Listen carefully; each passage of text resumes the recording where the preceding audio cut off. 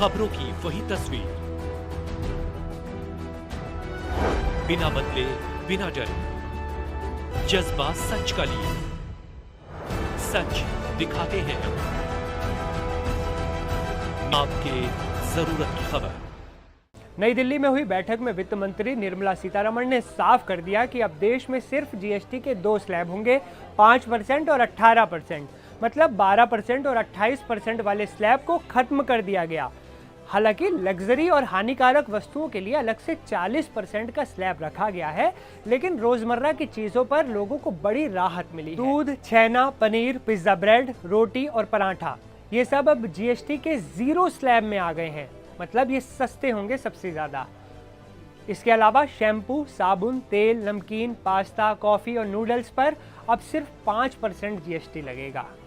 इसके अलावा car, bike, TV और सीमेंट पर 28% से घटकर 18% जीएसटी लगेगा। मतलब उसमें भी आपके पैसे बचने वाले हैं।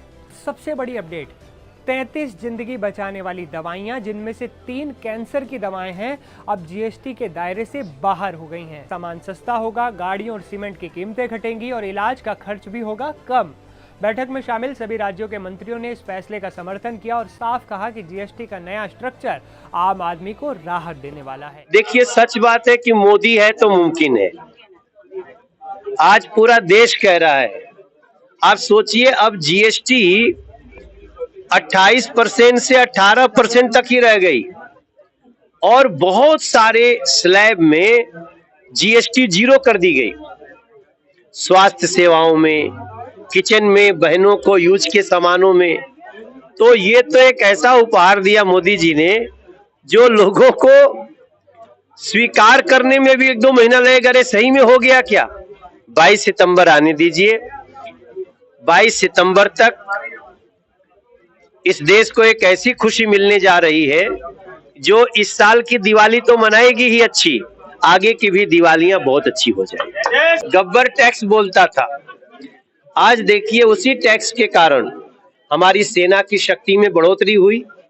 ठीक है, एक टैक्स आया, लेकिन टैक्स पहले से भी कम था। हाँ, हम इस बात से इनकार नहीं करते कि सिस्टम ऐसा बना कि बिना टैक्स दिए बहुत सारे लोगों का कार्य नहीं चला। तो उसी से तो आज सेना को हथियार मिला, सेना को लड़ाकू विमान मिले, भारत सैन्य शक्ति बनने में आत्मनिर्भर हुआ। उसी के कारण तो हम दिल्ली से शास्त्री पार्क से लेके और अक्षरधाम से लेके और देहरादून तक सड़क बना पा रहे हैं।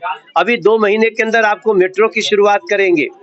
हम अपने अभियान में लगे हुए हैं और ये सब कुछ कैसे हुआ? उस जीएसटी से। वो गब्बर सिंह टैक्स नहीं है, सही मायने में उसको कहिए तो ये देश की खुशियों को बढ़ाने वाला एक टैक्स था। और जैसे ही हमारा जरूरत का